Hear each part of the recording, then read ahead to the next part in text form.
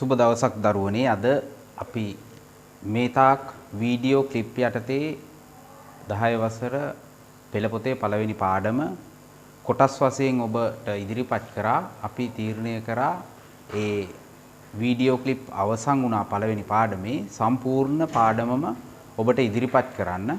ඒ යටතේ විශේෂයෙන්ම අද අපි බලාපොරොත්තු වෙනවා මුළු පාඩමම ඉදිරිපත් කරන්න. ඒ අනුව ඉතිහාසය හැදෑරීමේ මූලාශ්‍ර පාඩමය අපි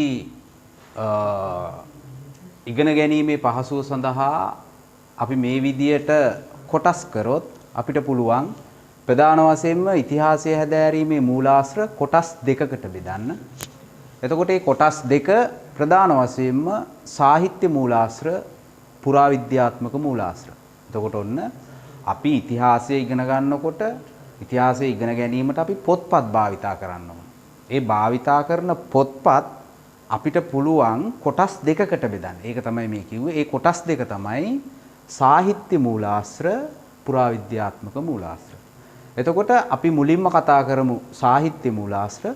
සාහිත්‍ය මූලාශ්‍ර දැන් මම මෙතන දක්වලා තියෙනවා. සාහිත්‍ය මූලාශ්‍ර. සාහිත්‍ය මූලාශ්‍රත් නැවත කොටස් දෙකකට බෙදෙනවා. ඒක මම මේ chart එකෙන් පෙන්නනවා. සාහිත්‍ය මූලාශ්‍ර නැවත කොටස් දෙකකට බෙදෙනකොට එක දේශීය මූලාශ්‍ර, දෙක විදේශීය මූලාශ්‍ර. දැන් එතකොට ඔන්න මොකද්ද ඉතිහාසය හැදෑරීමේ මූලාශ්‍ර කොටස් දෙකකට බෙදන්න පුළුවන්. එක සාහිත්‍ය මූලාශ්‍ර, දෙක පුරාවිද්‍යාත්මක මූලාශ්‍ර. එතකොට පුරාවිද්‍යාත්මක මූලාශ්‍ර අපි පස්සේ සාකච්ඡා කරනවා. දැන් සාහිත්‍ය මූලාශ්‍ර. සාහිත්‍ය මූලාශ්‍ර ප්‍රධාන වශයෙන්ම නැවතත් කොටස් දෙකකට බෙදන්න පුළුවන්. ඒක දේශීය මූලාශ්‍ර කියලා, දෙක විදේශීය මූලාශ්‍ර කියලා. එතකොට මේ දෙකෙන් අපි ඉස්සෙල්ලම සාකච්ඡා කරනවා දේශීය මූලාශ්‍ර. දැන් මම මෙන්න මෙතන දක්වලා තියෙන්නේ ඒ දේශීය මූලාශ්‍රවල සාහිත්‍ය ඒ යටතේ දේශීය මූලාශ්‍ර. එතකොට ඒ දේශීය මූලාශ්‍ර යටතේ මෙන්න අපිට මතක තියාගන්න මම මේ ගොනු කරලා තියෙනවා අපිට පාඩම් කර ගැනීමේදී පහසුව සඳහා. එතකොට මම මෙතන අංක යටතේ ඔන්න දේශීය මූලාශ්‍ර කාණ්ඩ කරලා තියෙනවා. එක දාලා එකට ඔන්න මම දාලා තියෙනවා මාතෘකාවක් වංශ කතා. එතකොට වංශ කතා යටතේ අපිට ඉතිහාසය හදාරන්න පුළුවන් පොත් ගණනාවක් තියෙනවා. ඒ පොත් ගණනාව තමයි එක දීපවංශය, දෙක මහා වංශය. එතකොට දීපවංශය තමයි ලංකා ඉතිහාසය හදාරනකොට අපිට පැරණිම මූලාශ්‍රය හැටියට භාවිතා කරන්න පුළුවන් වෙන්නේ. ඊළඟ එක මහා වංශය. එතකොට දීපවංශය සහ මහා වංශය ලංකා ඉතිහාසය හැදෑරීමේ ප්‍රධානම මූලාශ්‍ර. ප්‍රශ්න අහන්න පුළුවන් කෙටි ප්‍රශ්න වලට ලංකා ඉතිහාසයේ පැරණිම මූලාශ්‍රය මොකක්ද කියලා. අන්න ඒකෙදිත් අපි උත්තරයට සපයන්න වෙන්නේ මෙන්න මේ දීපවංශය. එතකොට ඔන්න වංශ කතා යටතේ තමයි මේ පොත් දෙකම ඇතුළත් වෙන්නේ. එතකොට මේ මහා වංශය කියන පොත පසු කාලීනව තවත් සරල කරලා මහා වංශ ටීකාව කියලා ලිව්වා. එහෙම නැත්නම් වංශත්තප්පකාසනී කියලා ලිව්වා පොතක්. ඒක අහන්න පුළුවන්. මහා වංශයට ලියන ලද ටීකාවේ නම මොකක්ද කියලා අහන්න පුළුවන්. අන්න එතකොට අපි දැනගෙන ඉන්න ඕන වංශත්තප්පකාසනී කියලා. ඒකයි මම මේ වරහන් ඇතුලේ ඒක මහා වංශය කියන මූලාශ්‍රය ඉදිරියෙන් මේ නමම සඳහන් කරේ. මතක තියාගැනීමේ පහසුව සඳහා. ඊළඟට දේශීය මූලාශ්‍රය යටතේ මම දෙවනි අංකය දාලා මම සාකච්ඡා කරන්න මාතෘකා කරලා තියෙන්නේ ධර්ම ග්‍රන්ථ. ධර්ම ග්‍රන්ථ කියලා කියන්නේ අපේ බුදුදහම ලංකාවේ බුදුදහම පිළිබඳ ලියවිච්ච පොත්පත් තියෙනවා. ඒතකොට ඒ පොත්පත් ගණනාවක් තියෙනවා. එකක් අපි නම් වශයෙන් කියමු බෝධි වංශය, තූප වංශය, පූජාවලිය, සද්ධර්ම රත්නාවලිය, සද්ධර්ම රත්නාකරය මේ වගේ පොත් ගණනාවක් තියෙනවා. එතකොට අන්නේ පොත් වලින් පුළුවන් ඒ පොත්වල සඳහන් වෙන කරුණු අධ්‍යයනය කරලා ඉතිහාසය අධ්‍යයනය කරන්න. එතකොට අන්න එහෙනම් ධර්ම ග්‍රන්ථ කියලා කියන්නේ ඒවට. එතකොට ධර්ම ග්‍රන්ථ අපිට තියෙනවා ගණනාවක් ඉතිහාසය හැදෑරීමේ මූලාශ්‍ර වශයෙන් භාවිතා කරන්න. එතකොට මම මෙතන දක්වලා තියෙන්නේ බෝධි වංශය, තූප වංශය, පූජාවලිය. එතකොට තව ඕන රසවාහිනිය, සද්ධර්ම රත්නාකරය, සද්ධර්ම රත්නාවලිය මේ විදිහට ගොඩක් දේවල් අපිට ගන්න පුළුවන් ධර්ම ග්‍රන්ථ යටතේ ඕන තරම් තියෙන පොත්. ඊළඟට ඔබේ පෙළ පොතේ ශිෂ්‍ය නිර්දේශයේ යටතේ ඔබට ඊළඟට නිදසුන් දක්වලා තියෙනවා සංදේශ කාව්‍ය. සංදේශ කාව්‍ය යටතේ මයුර සංදේශය, තිසර සංදේශය, සැලලිහිණි සංදේශය. මේ වගේ ග්‍රන්ථ ගණනාවක් ඔබට දක්වලා තියෙනවා. ඒ වයින් ඔබට පුළුවන් ඉතිහාසයේ තොරතුරු අධ්‍යයනය කරනකොට තොරතුරු ගන්න. දැන් උදාහරණයක් වශයෙන් සැලලිහිණි සංදේශය ආදී, ගිරා සංදේශය ආදී මූලාශ්‍ර වලින් 6 වෙනි නැත්නම් කෝට්ටේ යුගය පිළිබඳ 6 වෙනි පරාක්‍රමබාහු රජතුමා පිළිබඳ අධ්‍යයනය කරනකොට අන්නේ පොත් පාවිච්චි කරලා පුළුවන් තොරතුරු අපිට ලබා ගන්න. අන්න ඒකයි. ඒතකොට සංදේශ කාව්‍ය වලින් අපිට හැකියාව ලැබෙන හැමනම් ඉතිහාසය පිළිබඳ කරුණු අධ්‍යයනය කරන්න. ඊළඟට ප්‍රශස්ති කාව්‍ය. අපි සංදේශ කාව්‍ය කිව්වම අපිට දල අදහසක් එනවා මේ කියන්නේ මේකයි කියලා. නමුත් ප්‍රශස්ති කාව්‍ය කියන එක පිළිබඳ මොකක්ද කියලා හිතෙනවා. ප්‍රශස්ති කාව්‍ය කියලා කියන්නේ යම් පුජ්‍යලයක් නැත්නම් යම් දෙයක් පිළිබඳ වර්ණනා කරලා ලියන ලද දේවල්. ඒතකොට ප්‍රශස්ති කාව්‍ය කියලා කියන්නේ එහෙනම් ඒ යටතේ තියෙන්නේ පැරකුම්බා සිරිත. ඒතකොට පැරකුම්බා සිරිත කියලා කියන්නේ කෝට්ටේ 6 වෙනි පරාක්‍රමබාහු පිළිබඳ වර්ණනා කරලා ලියපු පොත. අන්න. එහෙනම් ඒ ප්‍රශස්තියක් මේ 6 වෙනි පරාක්‍රමබාහු ගැන ලියලා තියෙනවා. අන්න ඒකට කියනවා අපි පැරකුම්බා සිරිත කියලා. ප්‍රශස්ති කාව්‍ය යටතේ තියෙනවා පැරකුම්බා සිරිත. ඊළඟට තියෙනවා අවසානයේට අංක 5 යටතේ මම දක්වලා හටන් කාව්‍ය. ලංකා ඉතිහාසයේ ලියවිච්ච තවත් පොත් ගණනාවක් ඒක ඒ පැවති සිදුවෙච්ච සටන් තියෙනවා. ඒ සටන් හටන් කාව්‍ය යටතේ රචනා කරලා තියෙනවා. අන්න ඒවා. සීතාවක හටන. ඊළඟට කොන්ස්ටන්ටිනු හටන, ඉංග්‍රීසි හටන. මෙන්න මේවා කියවන කොටත් අපිට පුළුවන් ලංකා ඉතිහාසය පිළිබඳ යම් යම් තොරතුරු අධ්‍යයනය කරන්න. එතකොට ඔන්න සාහිත්‍ය මූලාශ්‍රය යටතේ දේශීය මූලාශ්‍ර ඔන්න අපි මොනවද කියලා වර්ග කළා ඉතා පැහැදිලිව අපි ඉගෙන ගත්තා. ඊළඟට තියෙන්නේ ඊළඟට මේකේ යටතේ විදේශීය මූලාශ්‍ර. මම ඒක දක්වලා තියෙනවා. මෙන්න මෙතන විදේශීය මූලාශ්‍ර අංක 2 යටතේ. ඒතර විදේශීය මූලාශ්‍ර. විදේශීය මූලාශ්‍රත් මම ඒ විදිහට පෙළගස්වලා තියෙනවා. ඔබට ඉගෙන ගැනීමේ, දැන ගැනීමේ පහසුව සහ මතක තබා ගැනීමේ පහසුව සඳහා. එතකොට අංක 1 මම දක්වලා තියෙනවා චීන මූලාශ්‍ර. චීන මූලාශ්‍රය යටතේ මම කතුවරු දෙන්නෙක්ගේ නම් දාලා තියෙනවා. පාහියන් වාර්තා කියලා තියෙනවා. හියුන්ෂාන් වාර්තා කියලා තියෙනවා. දැන් මේ පාහියන් කියන්නේ දෙන්නම හාමුදුරුවරු චීනයේ ඉඳලා. ඒතර පාහියන් හිමියන් ඉන්දියාව හරහා ලංකාවට ඇවිල්ලා ලංකාවේ අවුරුදු 2ක් නතර වෙලා ඉඳලා ලංකාව පිළිබඳ තොරතුරු සටහන් කරලා තියෙනවා. එතකොට ඒ හාමුදුරුවෝ පොත තමයි පාහියන් දේශාටන වාර්තා කියලා කියන්නේ. ඒතර ඒ පොතෙන් අපිට පුළුවන් ලංකාව පිළිබඳ තොරතුරු ගන්න.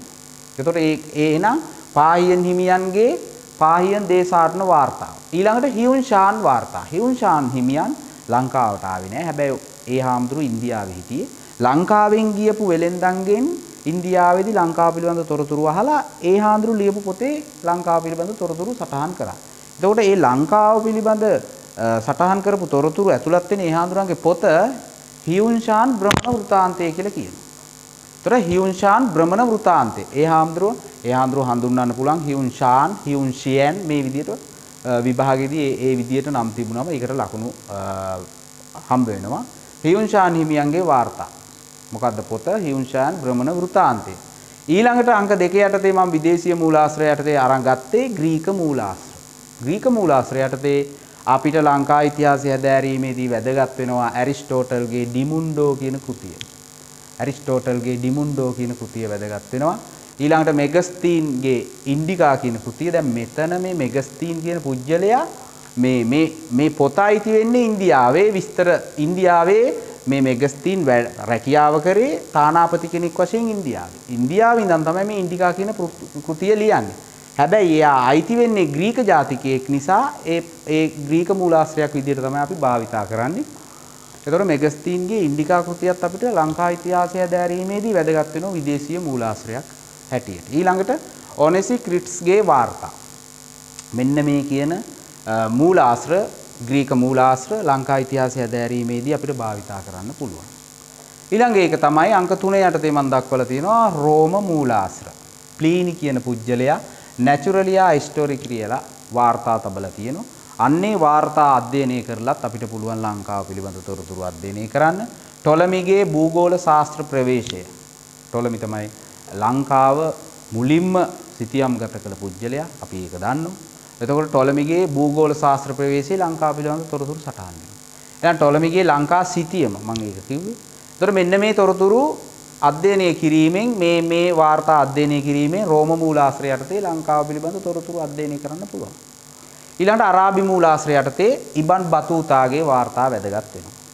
ඉබන් බතූතා ලංකාව පිළිබඳ තොරතුරු වාර්තා කරලා තියෙනවා. ඒ නිසා ඒ තොරතුරු එහෙම නැත්නම් ඒ වාර්තා අධ්‍යයනය කිරීමෙන් අපිට පුළුවන් ලංකා ඉතිහාසය පිළිබඳ තොරතුරු වාර්තා කරන්න. ඊළඟට 1505 අපි කවුරුත් දන්නෝ යුරෝපා ජාතීන් ලංකාව ආක්‍රමණය කරා.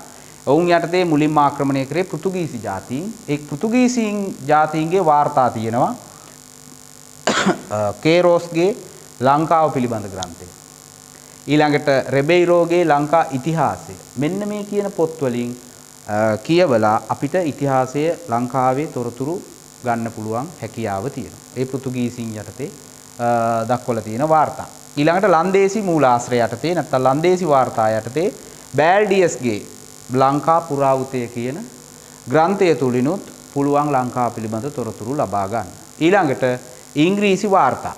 ඉංග්‍රීසි වාර්තා යටතේ ලංකාව දැන් 1815 ඉඳලා 1948 වෙනකල් ලංකාව ඉංග්‍රීසීන්ට යටත් වෙලා තිබුණා. ඒ නිසා ඉංග්‍රීසීන්ගේ වාර්තා ගොඩාක් තියෙනවා. ඒතර මම මෙතන දක්වලා තියෙන එකයි රොබර්ට් නොක්ස්ගේ එදා හෙළදිව. එතකොට එහෙම මේ එකක් දැක්වට ඒක විෂය නිර්දේශයට අදාළ නිසා මෙච්චරයි දක්වලා තියෙන නිසා මේ ප්‍රමාණය දැක්කුවේ. එතකොට මීට වැඩිය ගොඩාක් පොත් තියෙනවා. නමුත් මෙතන සඳහන් කරලා තියෙන්නේ රොබර්ට් නොක්ස්ගේ එදා හෙළදිව. දන්නෝ සිරකරුවෙක් විදියට ඔහු ලියපු පොත ලංකාව පිළිබඳ ලංකාවේ මිනිස්සු පිළිබඳ ගොඩාක් තොරතුරු අපිට දැන ගැනීමට හැකියාව ලැබෙනවා. එතකොට මෙන්න මේ කියන තොරතුරු ටික අපිට ඉතිහාසය හැදෑරීමේදී මම කොටස් දෙකකට බෙදනවා කියලා සාහිත්‍ය මූලාශ්‍ර හා පුරාවිද්‍යාත්මක මූලාශ්‍ර. එතකොට ඔන්න සාහිත්‍ය මූලාශ්‍ර ඒ සම්පූර්ණ එක කොටස් දෙකකට බෙදෙනවා. ඒ කොටස් දෙක තමයි අපි මේ සාකච්ඡා කරන්නට යෙදුනේ. එතකොට ඊට පස්සේ දැන් අපිට සාහිත්‍ය මූලාශ්‍ර අපි සාකච්ඡා කරා අපි ඉගෙන ගත්තා. දැන් තියෙන්නේ පුරාවිද්‍යාත්මක මූලාශ්‍ර. ඒතර පුරාවිද්‍යාත්මක මූලාශ්‍රත් ඉතිහාසය හැදෑරීමේදී මූලාශ්‍ර වශයෙන් භාවිතා කරන්න පුළුවන්. ඒ යටතේ ඔන්න මම මෙතන මේ පෙළ ගස්වල තියෙන මොනවද පුරාවිද්‍යාත්මක මූලාශ්‍රය යටතේ අපිට ඉගෙන ගන්න තියෙන දේවල් කියලා. මෙන්න පුරාවිද්‍යාත්මක මූලාශ්‍ර. එතකොට පුරාවිද්‍යාත්මක මූලාශ්‍රය යටතේ අපිට පුළුවන්කම ලැබෙනවා අභිලේඛන, ඊළඟට කාසි, ඊළඟට නටබුන්, ඊළඟට චිත්‍ර මූර්ති හා පුරාවස්තු. මෙන්න මේ කියන ඒවා අධ්‍යයනය කරලා අපිට පුළුවන් ලංකා ඉතිහාසය පිළිබඳ තොරතුරු දැනගන්න. මොනවාද? මේ දෙවනි කොටස යටතේ පුරාවිද්‍යාත්මක මූලාශ්‍රය යටතේ තියෙනවා අභිලේඛන, කාසි, නටබුන්, චිත්‍ර මූර්ති හා පුරාවස්තු. මෙන්න මේවා උපයෝගී කරගෙන ලංකා ඉතිහාසය අධ්‍යයනය කරන්න පුළුවන්. එතකොට මම දැන් මේ එකින් එක මෙතන සටහන් කරලා දක්වලා තියෙනවා. එතකොට මෙන්න මේ පිළිවෙලට මතක තියාගත්තම අපිට පුළුවන් විභාගෙට ප්‍රශ්නය ඇහුවම බොහොම නිර්වුල්ව අපිට උත්තර සපයලා ඉහළ ලකුණක් ලබා ගන්න. එතකොට දැන් මේ අභිලේඛන. අභිලේඛන කියන්නේ මොනවද කියන එක තමයි මේ තියෙන්නේ. අභිලේඛන බලන්න මොනවද කියලා. අභිලේඛන වර්ග ගල්. ගල්. ඊළඟට බිත්ති. ඊළඟට තඹ තහඩු. දැන් මේක මම පැහැදිලි වෙන්න උදාහරණ වශයෙන් කියාගෙන යන්නම්. ගල්. ගල් කියලා කියන්නේ ගල් මුල් කරගෙන ගල් වලට කියනවා සෙල්, සිලා, ගල්. මේ නම් තුනම එන්නේ එකක්. එතකොට ගල් මූලික කරගෙන පිහිටවපු සෙල් ලිපි නැත්නම් සිලා ලිපි නැත්නම් ගල් ලිපි වර්ග ගණනක් යටතේ තියෙන මේ ඉදිරියේදී මම ඒක ඉස්සරහදී ඉදිරියේදී විස්තර කරන්නම්. දැන් මේ අභිලේඛන වර්ග ටික ගල් වලින් සකස් කරපු ලිපි වර්ග අපිට බලා ගන්න පුළුවන්. ඊළඟට බිත්ති වල සටහන් කරපු ලිපි තියෙනවා. දැන් මේකට උදාහරණයක් ගන්නවා නම් සීගිරි කැටපත් පවුර. සීගිරි කැටපත් පවුරේ සටහන් කරලා තියෙන ලිපි. අන්න එතකොට බිත්ති වාර්තා යටතේ අපිට ගන්න පුළුවන්. ඊළඟට තඹ තහඩු වල ලියපු ලිපි. දැන් උදාහරණයක් වශයෙන් පළවෙනි විජයබා රජතුමා පනාකඩුව තඹසන්නස. පනාකඩුව තඹසන්නසින් බුද්ධ රාජ අමාත්‍යවරයාට මහා විශාල ප්‍රදානයක් කරනවා. අන්න ඒක දීලා තියෙන්නේ ප්‍රදානය මෙන්න මේ තඹ තහඩුව සටහන් කරපු ඔප්පුවකින්. ඊළඟට රන් තහඩුත් හම්බෙනවා. දැන් වල්ලිපුරම් රන් සන්නස වසභ රජතුමාගේ කාලේ. එතකොට අන්නේ රන් තහඩු ලිපියකින් තමයි ඒක අපිට තහවුරු කරගන්න පුළුවන් වෙන්නේ. ඊළඟට දැව. දැව වලිනුත් සකස් කරලා තියෙනවා. අර විශාල කාලයක් ගියපු නිසා ඒ දැව වලින් සකස් කරපුවා විනාශයටපත් වෙනවා. නමුත් දැව වලිනුත් සකස් කරපු ලිපි වගේ සියලු දේවල් හම්බ වෙනවා. සහ වෙනත් දෑ. මෙතන වෙනත් දෑ කියන එක අපිට අපි හිතමු මිනිස්සු මැරිලා ගියාම ඇටකටු වෙන්න පුළුවන්, සත්ත්ව ඇටකටු වෙන්න පුළුවන්. මේ වගේ මිනිස්සු භාවිතා කරපු දේවල් වෙන්න පුළුවන්. අන්නේ දේවලුත් උපයෝගී කරගෙන අපිට ඉතිහාසය පිළිබඳව තොරතුරු අධ්‍යයනය කරන්න පුළුවන්. ආන්න එතකොට අභිලේඛන. දැන් විභාගයකට ප්‍රශ්නයක් අහනවා. අපි හිතමු රචනාමය ප්‍රශ්නේදී අභිලේඛන වර්ග 3ක් දක්වන්න. එතකොට අන්න අභිලේඛන වර්ග 3ක් දක්වන්න කොහොම ගල් ලිපි, බිත්ති ලිපි, තඹතහඩු ලිපි, රන්තහඩු ලිපි කියලා මෙන්න මේ වර්ග තුනෙන් මේ ටිකෙන් 3ක් තමයි දක්වන්නේ. දැන් වැරදිලා ආව මෙන්න මෙහෙම ඇහුවොත් හිතන්න. සෙල් ලිපි වර්ග 3ක් දක්වන්න. නැත්තම් ශිලා ලිපි වර්ග 3ක් දක්වන්න. මේ විදිහට ඇහුවොත් මේ වගේ උත්තර මේ ටිකේ උත්තරයක් දුන්නොත් සම්පූර්ණ වැරදි. ඇයි? සෙල් ලිපි වලට අයිති මේ ගල් ලිපි වලට අයිති ලිපි වර්ග ටිකක් තියෙනවා. පහක් තියෙනවා. මොනවද? ලෙන් ලිපි, ගිරි ලිපි, ටැම් ලිපි, පුවරු ලිපි, ආසන ලිපි. එතකොට ලෙන් ලිපි කියලා කියන්නේ අපි අනුරාධපුරේ ගියාම අනුරාධපුරේ මිහිඳු හාමුදුරුවන්ගේ කාලේ ක්‍රිස්තු පූර්ව 3 වෙනි සියවසේදී භික්ෂුන් වහන්සේලාට වාසය කරන්න හදලා දුන්නේ ගල් ගුහා. ඒතර ගල් ගුහා උඩ ලියලා තියෙන බ්‍රාහ්මී අක්ෂරයෙන් අගත අනගත චතුදිස සගස දිනේ මේ විදියට. එතකොට අන්න ලෙන් ලිපි කියලා කියන්නේ අන්නේ වාක්‍ය ලියලා පූජා කරපු ලෙන් වල තියෙනවා. අන්න ලෙන් ලිපි. ගිරි ලිපි කියන්නේ පිහිටි ගලේ මැදලා එතන සටහන් කරපු ලිපිය ගිරි ලිපි. ටැම් ලිපි කියලා කියන්නේ මෙහෙම ගල් ගෙඩියක් අරගෙන හතර පැත්තම මැදලා හොඳට අංක දාලා පළවෙනි පැත්තේ ලියනවා. ලියලා ඉවරුනාම ඉතිරි කොටස දෙවෙනි අංකේ දාලා දෙවෙනි පැත්තේ ලියනවා. ඉතිරි කොටස තුන්වෙනි අංකේ දාලා තුන්වෙනි. ඒතර හතර පැත්තෙම ලියනවා. අන්න ටැම් ලිපි. ඊළඟ පුවරු ලිපි. පුවරු ලිපි අපි ඉස්කෝලේ අපි දැකලා තියෙනවා පොඩි පුවරු වල ලිපි ලියලා එල්ලනවා. මේ බිම පිරිසුදුව තබා ගන්න, පරිසරයේ සුරකිමු මේ වගේ දේවල් එල්ලනෝනේ පුවරු ලිපි යන්න. ආසන ලිපි පොළොන්නරුව අනුරාධපුරේ වගේ පැරණි පන්සල් වලට ගියාම අපි දැකලා තියෙනවා මල් පූජා කරන්න තියෙන ගල් වලින් හදපු ආසන වල. අන්න ඒ වගේ ආසන භාවිතා කරලා ගල් වලින් සකස් කරපු දේවල් භාවිතා කරලා ලිපි ලියලා තියෙනවා. එතකොට එහෙනම් සෙල් ලිපි වර්ග 3ක් දක්වන්න කිව්වොත් අපි උත්තරේට ලියන්න වෙන්නේ ලෙන් ලිපි, ගිරි ලිපි, ටැම් ලිපි, පුවරු ලිපි. ආසන ලිපි වල කියන ලිපි වර්ග 5න් 3ක්. අභිලේඛන මොනවද කියලා ඇහුවොත් ගල්, බිත්ති, තඹතහඩු, රන්තහඩු, දැව වෙනත් දෑ. මේ ටිකෙන් තමයි අහන ප්‍රමාණය දක්වන්න තියෙන්නේ. දැක්කනේ? පැහැදිලිනේ? එතකොට මේ ලිපි වර්ග පිහිටවන්නේ ඇයි? පිහිටවන්නේ මූලික මොන අරමුණු කරගෙනද? මෙන්න. බදු අය කිරීමක්. දැන් මේක පැහැදිලි වෙන්න ඕන මොකද්ද මම මේ කියන්නේ? දැන් බදුලු ටැම් ලිපිය. අන්න බදුලු ටැම් ලිපිය. නේද? ටැම් ලිපිය බදුල්ලේ පිහිටවනෝ වෙළඳාමේ මෙන්න මේ දේවල් වංචාවල් ඒව මේව කරන්න එපා කියලා රජතුමා මෙන්න මේ ආඥාවක් පනවනවා. ඒක සටහන් කරලා තියෙන්නේ බදුලු ටැම් ලිපිය. එතකොට අන්න බදු අය කිරීම සඳහා ඒ වගේ වට පුළුවන්. එතකොට ඒ වගේ වංචා සහගත දේවල් නොකරන්න එහෙම මේ සටහන් කරන්න පුළුවන් අන්න එකක්. ඊළඟ වෙළඳාම. දැන් මම කිව්වේ බදුලු ටැම් ලිපියේ වෙළඳාම. ඊළඟට විහාර දීමනා පන්සල් වලට පූජා කරපු දේවල් අන්න ඒවා සඳහන් කරන ඔය ලෙන් ලිපි, ගිරි ලිපි ටික. දැන් විහාර දීමනා යටතේ ලෙන් ලිපි මම කිව්වනේ.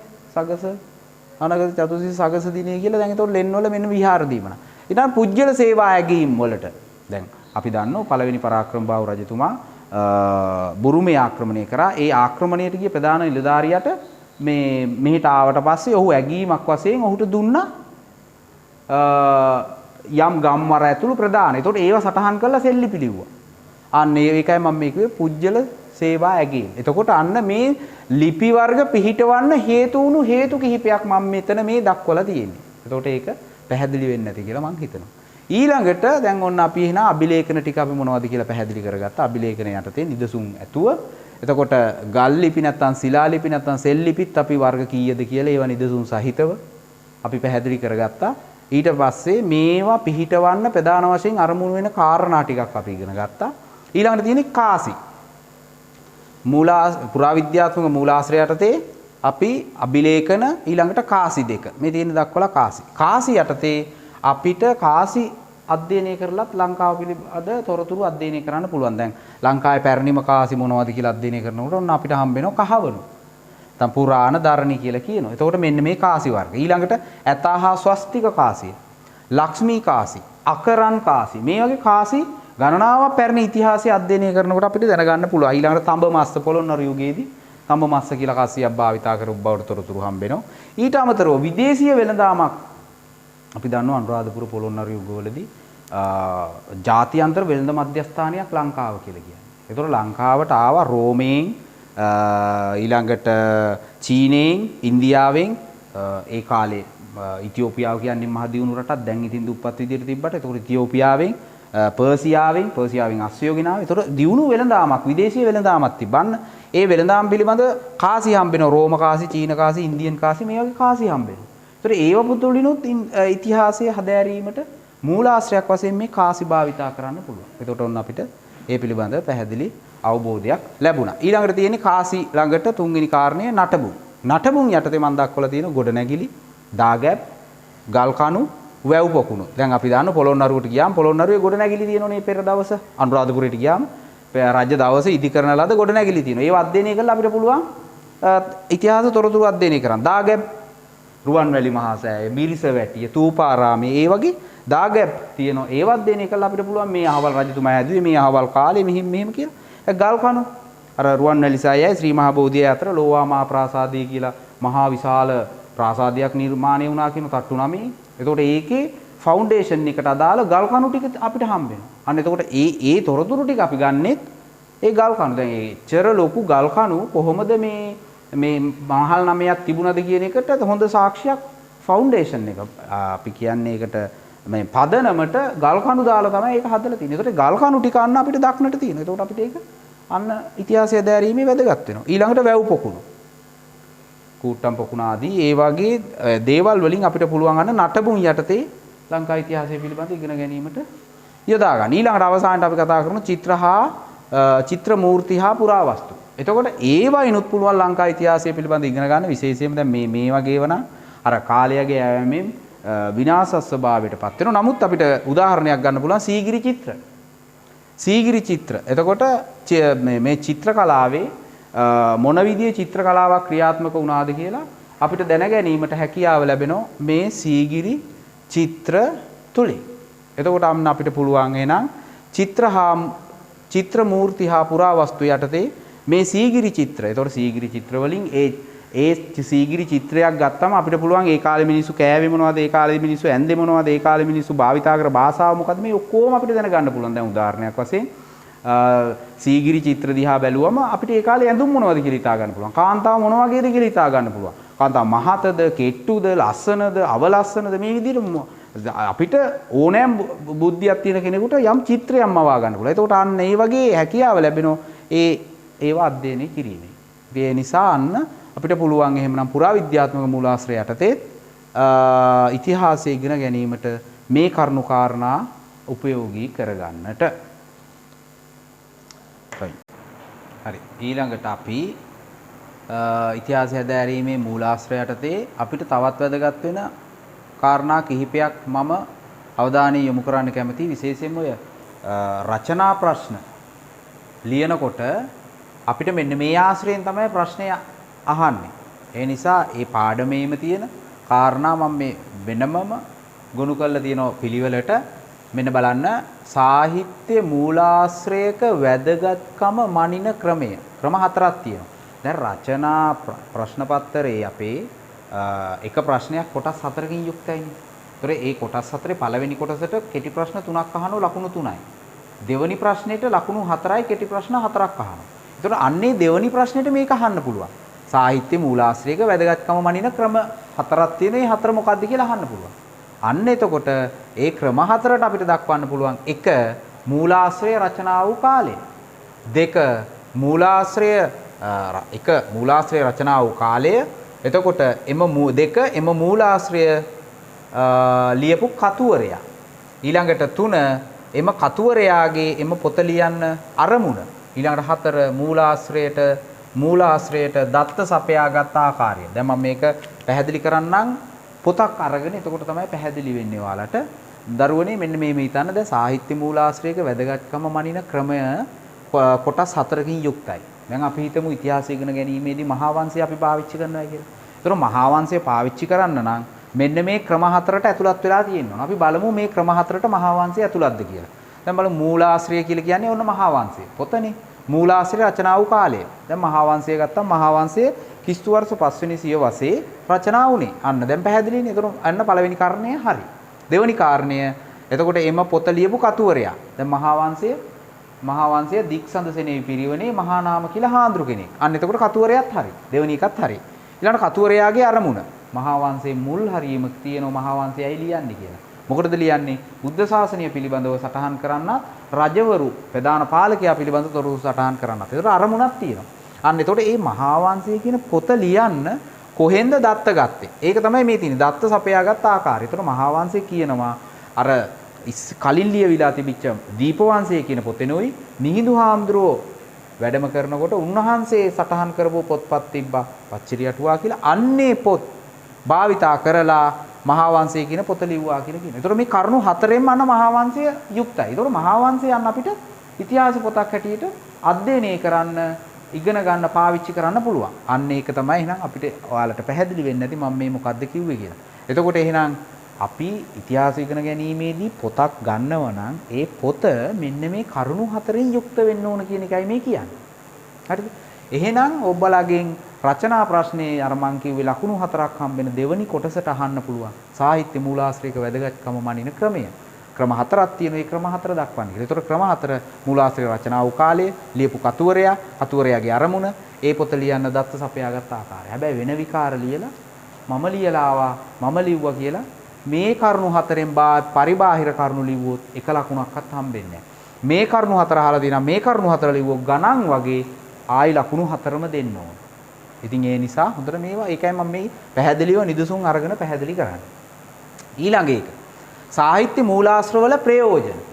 අන්න එතකොට මම කිව්වා රචනා ප්‍රශ්නේ 4 වෙනි කොටසේ නිදසුන් 3ක් දක්වලා පැහැදිලි කරන්න අහන්නේ. උපරිම නිදසුන් 3යි ඔයාලට දක්වලා අහන්නේ. ඒතර නිදසුන් 3ට මම දීලා තියෙනවා 4ක්. ඒතර ඔයාලට මේකෙන් 3ක් මතක තියාගෙන නිදසුන් දාලා ලිව්වම හරි. මේකේ අන්න ඒකයි මම මේ 4ක් දුන්නේ. ඒතර සාහිත්‍ය මූලාශ්‍රයක ප්‍රයෝජන 3ක් දක්වා නිදසුන් සහිතව පැහැදිලි කරන්න කියලා අහයි. අන්න එතකොට මේකෙන් 3ක් දක්වන්න තියෙනවා. 4ක් තියෙනවා. මම එතකොට දැන් මේ ටික දැන් මේ දැක්කුවට මදිනේ. පිළිතුරු ලියන්නත් එපා. අන්න ඒ නිසා මම පැහැදිලි කරනවා. මොකද්ද? එක කාල අනුපිළිවෙල සකස් කර ගැනීමට. මේ මොකද්ද කාල අනුපිළිවෙල සකස් කර ගැනීමට කියලා කියන්නේ? මෙතනදී පුතේ මේ කියන්නේ අපි හිතමු මහා වංශේ තියෙනවා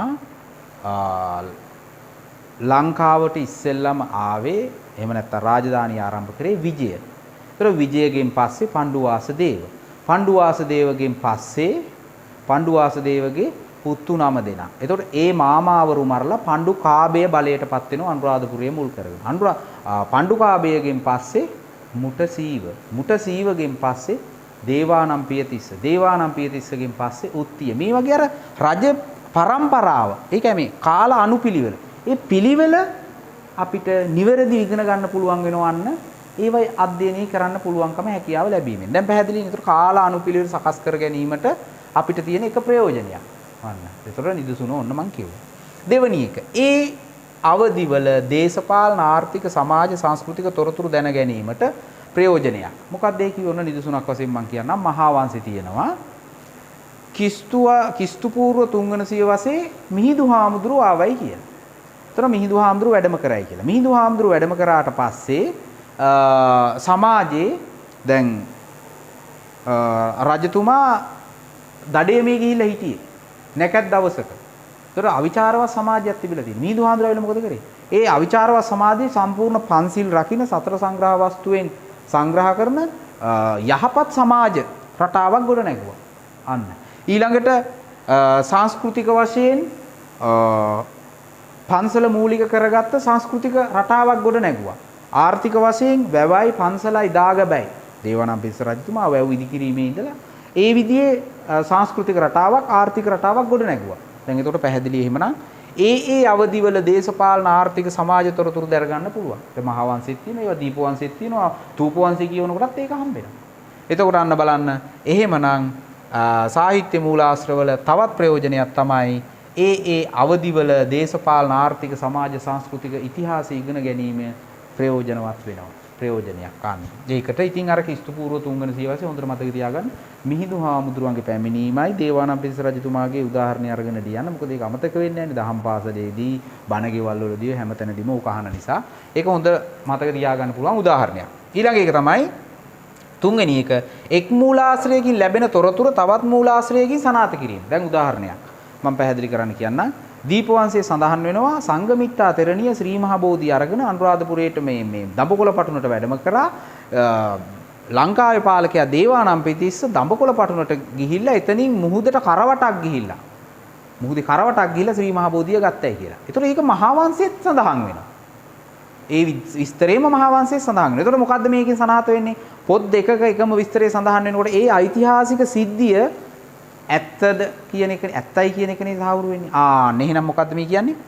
එක් මූලාශ්‍රයකින් ලැබෙන තොරතුරු තවත් මූලාශ්‍රයකින් සනාථ කිරීමට හැකියාව ලැබෙනවා. අන ප්‍රයෝජනයක්. දැන් නිදසුණු පැහැදිලිනේ සංඝමිත්තා තෙරණියගේ ශ්‍රී මහ බෝධිය වැඩමවීමේ සහ දේවානම්පියතිස්ස රජතුමා එක බාර ගැනීමේ කතන්දරය දීපවංශෙත් තියෙනවා මහා වංශෙත් තියෙනවා කියලා නිදසුනට දක්වලා ලියන්නේ.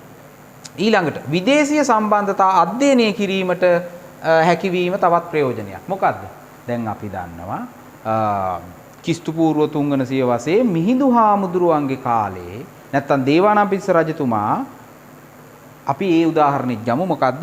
විදේශීය සම්බන්ධතා අධ්‍යයනය කිරීම කියන එක ප්‍රයෝජනයක් යටතේ කිස්තු පූර්ව තුංගන සියවසේ මෙරට පාලකයා වූ දේවානම්පියතිස්ස රජතුමා ඉන්දියාවේ අධිරාජ්‍යයක් ගොඩනගාගෙන හිටපු අශෝක රජතුමා එක්ක සම්බන්ධතාව ගොඩනගා ගත්තා. ඒ නිසා ඔහුගේ අභිදානය වෙච්ච දෙවනප්‍රිය කියන අභිදානය අරගෙන දේවානම්පියතිස්ස කියලා නම හැදුවා. ඔහුගේ මෞර්ය අභිෂේක ක්‍රමය ගත්තා.